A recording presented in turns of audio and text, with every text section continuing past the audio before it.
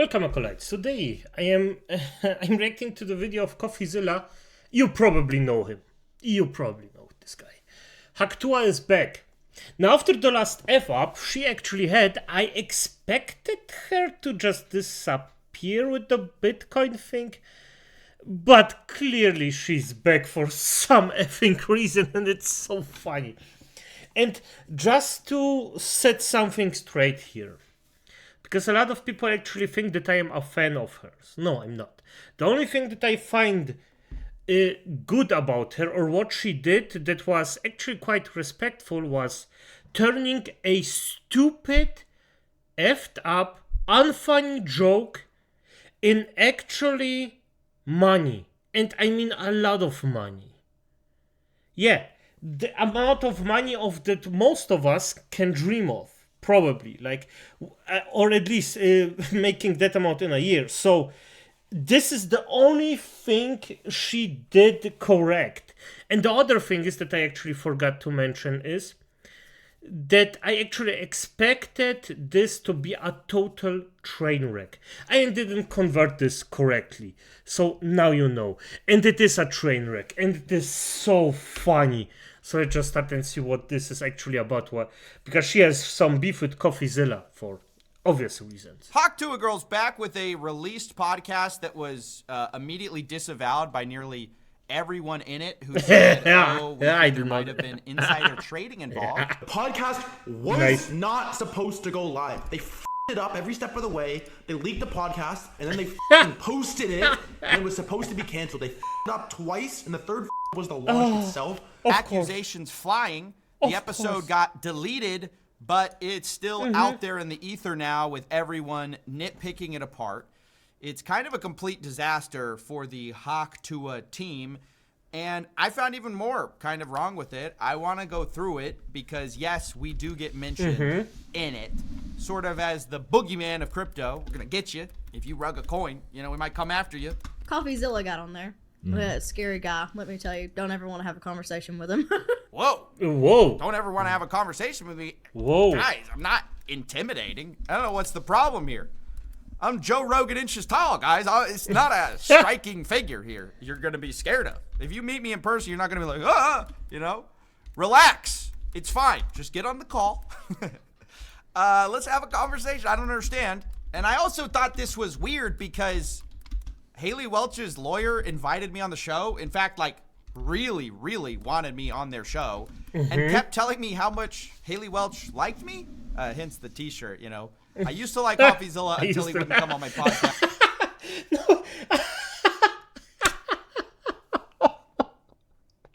Oh, okay. Okay, good. Yeah, the t-shirt says, I used to like CoffeeZilla. Then he is, you know, Voldemort, and we can't mention him. He's scary. Watch out. Don't talk about CoffeeZilla. He's intimidating. Here's the message I got from her lawyer. Haley would like to have you on as a guest on her podcast. You'd be the first guest since the failed crypto token launch and would get significant amount of views, would be very friendly. This guy must not know me. She really likes you. Wow.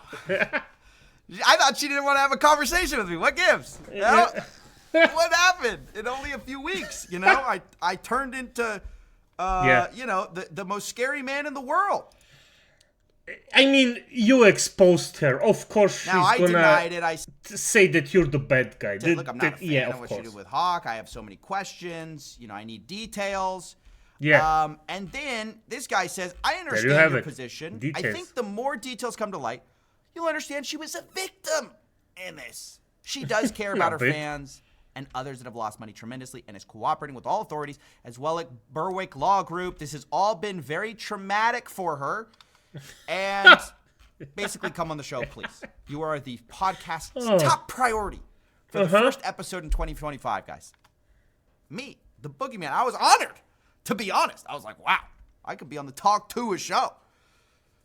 Really? But, of course, I don't want to rehab someone's image who scammed people.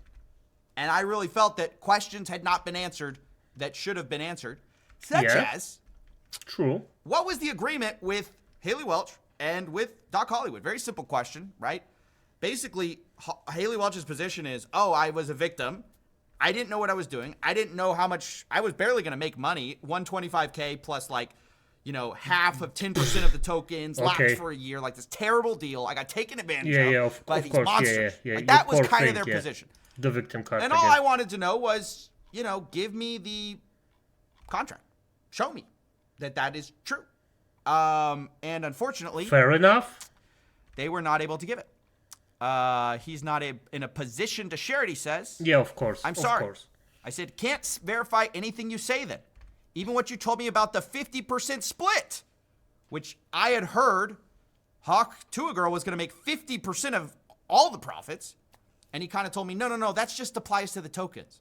So I was like, oh, well, maybe she's less of a stakeholder in this than I thought. I don't know. Yeah. I even pinned a comment on it, which we'll talk about. I said, no idea if that's real. He says, come tape the podcast and I'll let you read it. I thought this was really skeevy. I thought that's weird. Yeah, and not is, even it like is. let me But post hey. it, but just read it.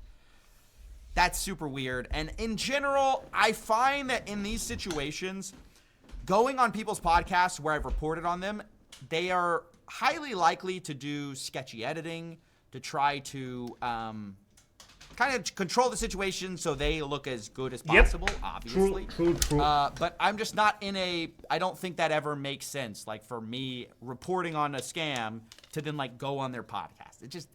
It doesn't work. So I say no. No, thank you. I appreciate it. Well, they bring FaZe Banks on because FaZe Banks is like the closest thing to doing what I did as well on the live stream. He also confronted Doc Hollywood, and so he was sort of one of the people that broke the news. So I thought, okay, that's a pretty natural guy to bring on your podcast. Now, FaZe Banks reached out to me and said, hey, I'm probably going to do this podcast. Do you have any questions that you'd like to get answers to? I said, yes, I do. I'd really like to see that contract. Now, spoiler alert, FaZe Banks didn't get to see it either. They didn't get to show it. But he also told me, look, we're going to tell everyone, do not talk about this show. It doesn't work if you talk about it because people are going to front run the coin. That's sort of how you guys got into this mess. This would be a disaster if you do that. So our only stipulation, these guys are very positive about crypto, much more like they kind of wanted to like rehab her image basically in the crypto space. Okay. So it's like a dream get for Haley Welch. Like, this is amazing for her. And because FaZe Banks is basically going to like make it be like, course. oh, well, you didn't really mean to do that, right? But I mean, of course it's a dream thing. Of course. You can hoodwink a lot of money out of people. Just like that for basically no work at all. Are you? Yes, of course. And by the way, you don't even have to have any like bad feelings about it. Because what happens is probably some crypto bros that actually gamble their money away anyway. I mean, for F's sake, I'm still of the opinion that you shouldn't do it. I don't like crypto just because I don't want to be responsible for someone failing their entire savings on gambling. But still, those people are in their own fault, except for those that actually get, overtaken or just get their influencer says, that's all legal, that's all fine, just do it, and they get rug pulled. Those maybe, okay, good, I understand, but most of them, he's gonna ask some questions, whatever. Well, turns out that didn't go so well because when this podcast went live, I thought maybe things went well. Turns out it didn't because Banks released this. Yep. He said, I agreed to do our first podcast back. I had heavy stipulations of not letting the market get manipulated. I think that's basic. Her team finding a real solution regarding the money she made. Those were non-starters. These people leaked or insider traded the token. We noticed a random spike in volume on the coin the day we did the podcast, along with random messages asking if we did the podcast. So are you guys getting this? Somebody front ran the podcast to buy up all the coins because they knew, everyone's going to like it when they release this podcast. Let's front run the coin, which is just horrible. It's like, what, do you want to re-victimize people? So they call off the pod. They're like, look, even the people most charitable towards Hawk Tuah say, we're out. We're done. But today, the episode got leaked. Apparently, there was an agreement. The podcast is never going out, but today it got leaked. I say that because some of the accompanying clips that got clipped seem to be good for Haley Welch. Like where she cries, about the rug pull. And people were saying maybe they kind of felt bad for her, right? From this leaked show. Here's Dexerto saying Haley Welch broke down in tears while talking about the alleged rug pull of her queen. I want to start by saying thank you to all my true fans and all the people that actually watch my stuff and they keep up with me. We're trying to sort out all the pieces and stuff to get all this figured out and make everything right. Oh my God, I'm gonna cry. No, don't cry. Don't cry. Don't cry. Everything's gonna be good. We're gonna be good. No, you're not. FaZe Banks canceled the episode. Are you guys getting that? He was like, I can't be a part of this. And they posted the clip. I can't believe it. That's unbelievable. Yeah. Do y'all understand how insane that is? How this idea got brought to me, it was supposed to be like what do they call it, a long-term coin.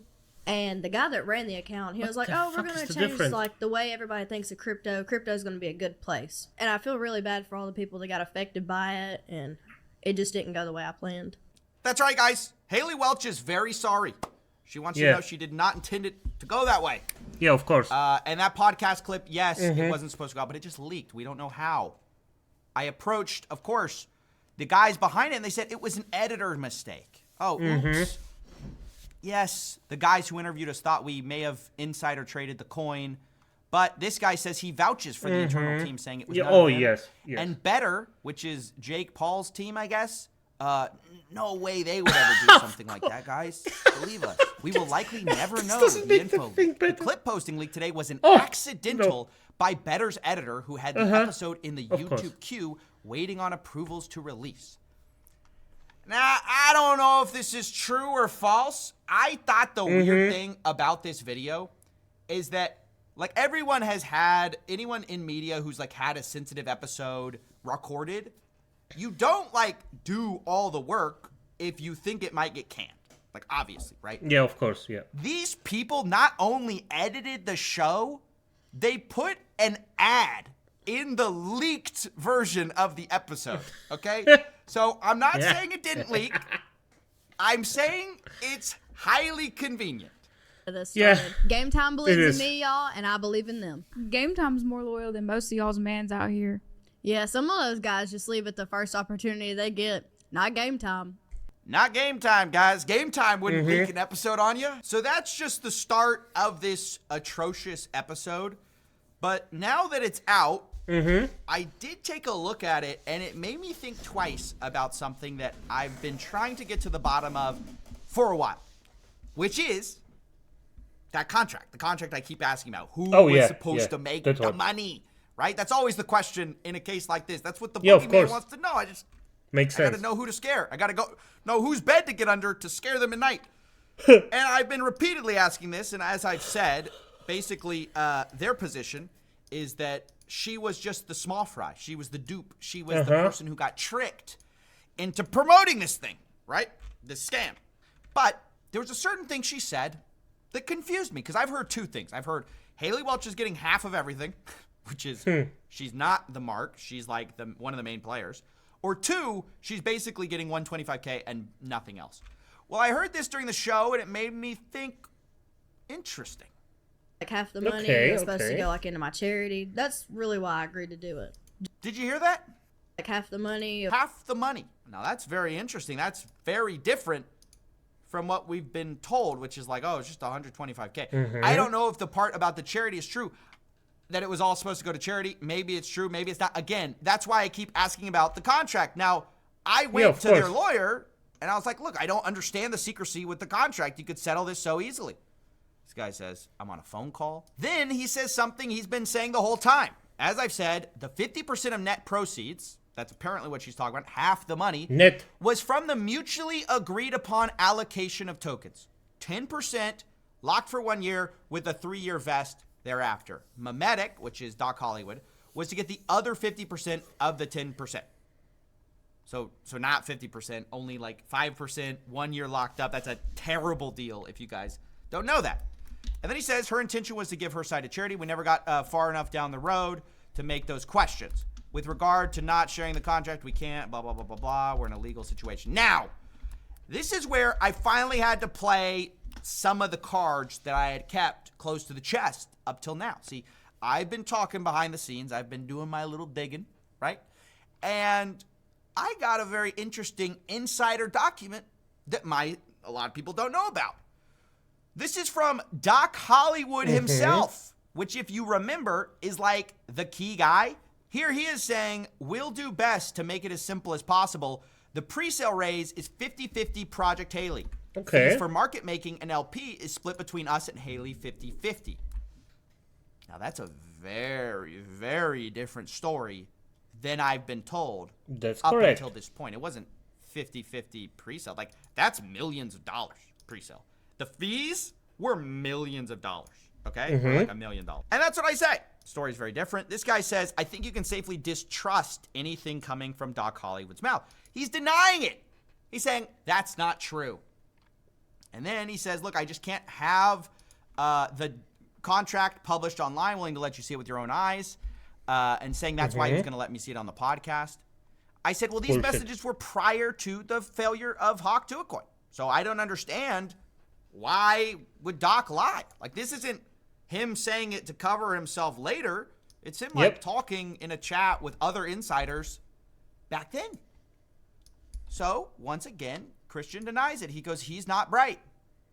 I said, I don't understand your position. You want me to not trust internal messages from before the launch and trust you who refuses to produce evidence. Correctly. This guy says, look, I can tell you what I think, but I don't have any way of proving this.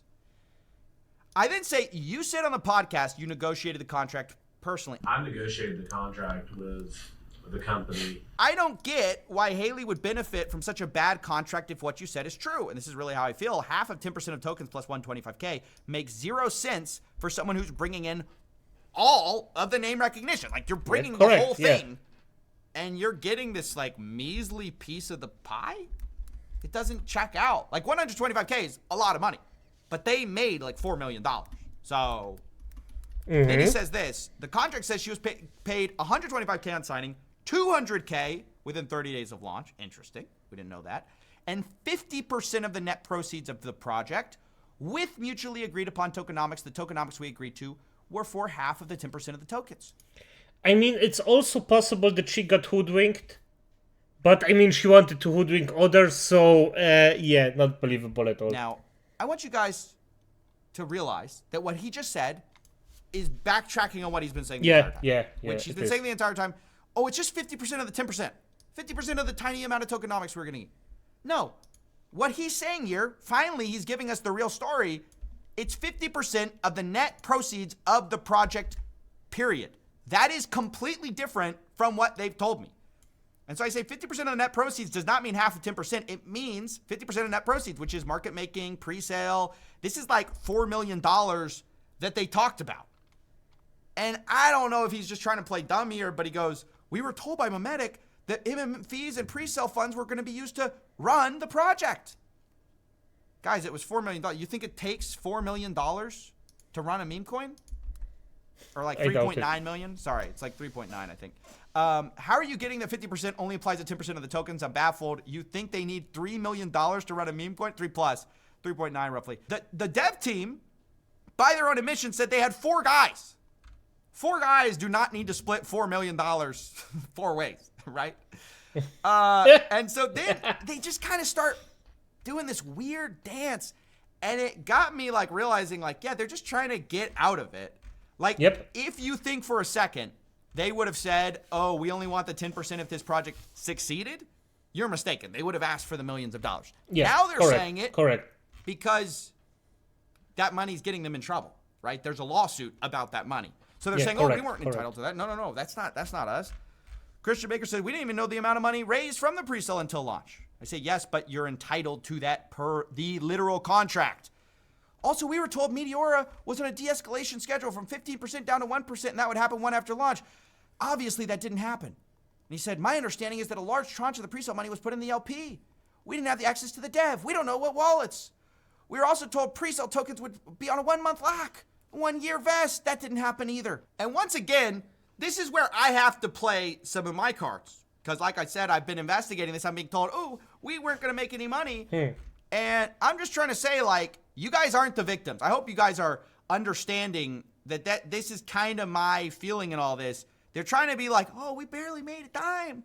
And that's just not true. Like, that's not what they stood to make.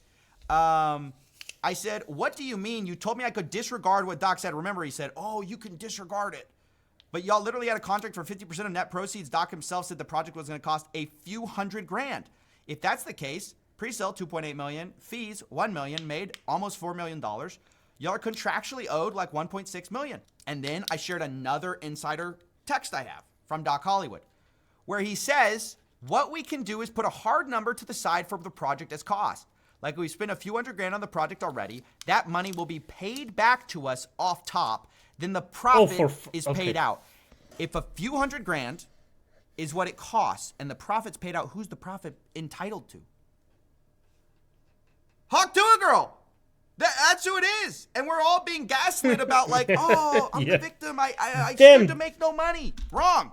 You wanted to make no money after you realized the money is like being scrutinized and being sued over and possibly being looked into by law enforcement. Like we don't. Yep. They just. Oh, the hoodwinking. No. So this literally drives me crazy. And then he goes, where is this from, if you don't mind me asking? I say, well, it's an insider chat, allegedly between Doc and the team members. And then he says, you're right that as it stands, she may be entitled to whatever amounts.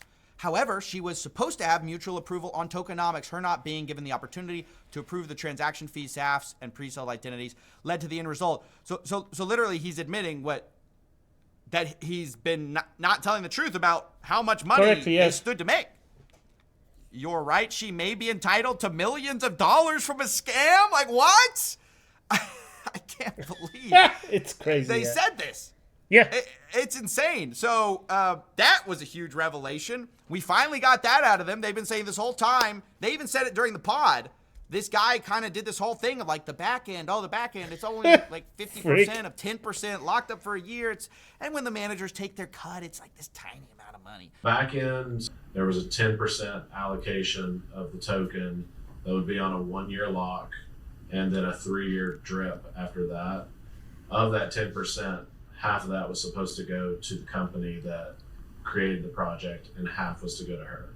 So out of 100% of the token, she would have had 5% at the end. Obviously, she has lawyer, manager, business manager, so even that 5% would have been cut down by over a quarter. I just found this unbelievable. They're playing the victim. And that's kind of my problem with this whole thing. Okay, so if it's 4 million, you still get a quarter. What the fuck? It's another 50,000. If I understand it, I am just baffled by the entire thing. This isn't even funny. This is so bad. This is so freaking bad. I can believe a lot of plausible stories here. Yeah. Now, I really don't believe anything they tell me at this point. Yeah. But good. I could be convinced that this might be the case. Maybe it's the case that Hawk Tuah's team was under the impression that all these pre-sale investors were locked up for a month, right? That's what they told me. Probably. Again, I don't believe them necessarily, but I could. No. It's plausible, right? I asked him, when did you learn that the insiders had 0 lockups? He says, when they started dumping. I was told all along the SAFs had a 1-month lock, 1-year linear vest thereafter. I can tell you what I think happened, but I don't have any way of proving it without seeing the SAFs. I have the SAFs, so I can tell you what happened. The pitch deck did say it was a 1-month lockup, okay? Mm-hmm. And then you get the SAFs, the actual token agreements with like the real investors. No lockup. That's how it all kind of went down, fellas. They lied and they deceived people with fake investment lockups. Like they gave a pitch deck that was not really what the pitch deck ultimately turned out to be. Whether that was a last minute change, whether there's some great way to explain it, I don't think there is. But look, you can believe that, right? But Haley Welch's team this whole time has been acting like so unbelievably dishonest in how they're framing all this to try to make her look like as sympathetic as possible, instead of admitting, like, actually, we did have some complicity in this. Maybe we should have asked more questions. We did stand to make way more money than we've let on in a lot of these interviews and with journalists, and we haven't been exactly forthcoming about that. So it makes it hard to be charitable, which kind of they're wanting you to be if we can't see these contracts, if we don't know what they knew, right, at the time when all this stuff happened. And it clearly was a scam because the pitch deck said one thing. They said it was a lockup. The SAFs said it wasn't a lockup. But it's hard to be charitable, right, when this is kind of the way they're interfacing. Even with the FaZe Banks crew, who wanted to be charitable to her pretty explicitly. Like, they were like, look, even when they talked about me, they're like, hey, it's not going to be that bad. We're not going to be like CoffeeZilla. Yeah, scary guy, let me tell you. Don't ever want to have a conversation with him. We're a little bit more charitable than Coffee. I think Coffee kind of has a little bit of disdain for crypto in general. Us, on the other hand, we live and breathe it every day. We want to see crypto succeed. Even those guys who admit that they have like a bias towards being charitable, right? Maybe I have a bias for being scary. But even they don't want anything to do with her team because her team is leaking stuff, messing up, like all this stuff with supposed insider trading. Again, their team denies it. I got to be clear about that. But clearly somebody was trading on the information, which they shouldn't have. And then leaking the episode as an accident. Yeah, so, of course. Yeah, I just wanted to cover this story, just to explain how bad faith they've sort of been throughout this, some of the revelations we've learned since then, and also admit there's plenty we don't know that I hope will be revealed in this lawsuit, which is happening about this coin, fighting for this money, that clearly Haley Welch's team is like, oh, we don't want that anymore. We just want to, we're not entitled to any of that. And so I do hope in that lawsuit things actually come out and victims get their money back. But yeah, I just wanted to cover this story now that the Hawk truth is floating around on the interwebs. I wanted people to get a more clear, holistic picture of what actually happened, both on the screen and behind the scenes. Okay, see ya. Damn. Well. Damn, the entire thing is so interesting. The fuck up that she did just time and time and time and time again. It's so fascinating. And CoffeeZilla, But okay, as it is, Acolytes, good night.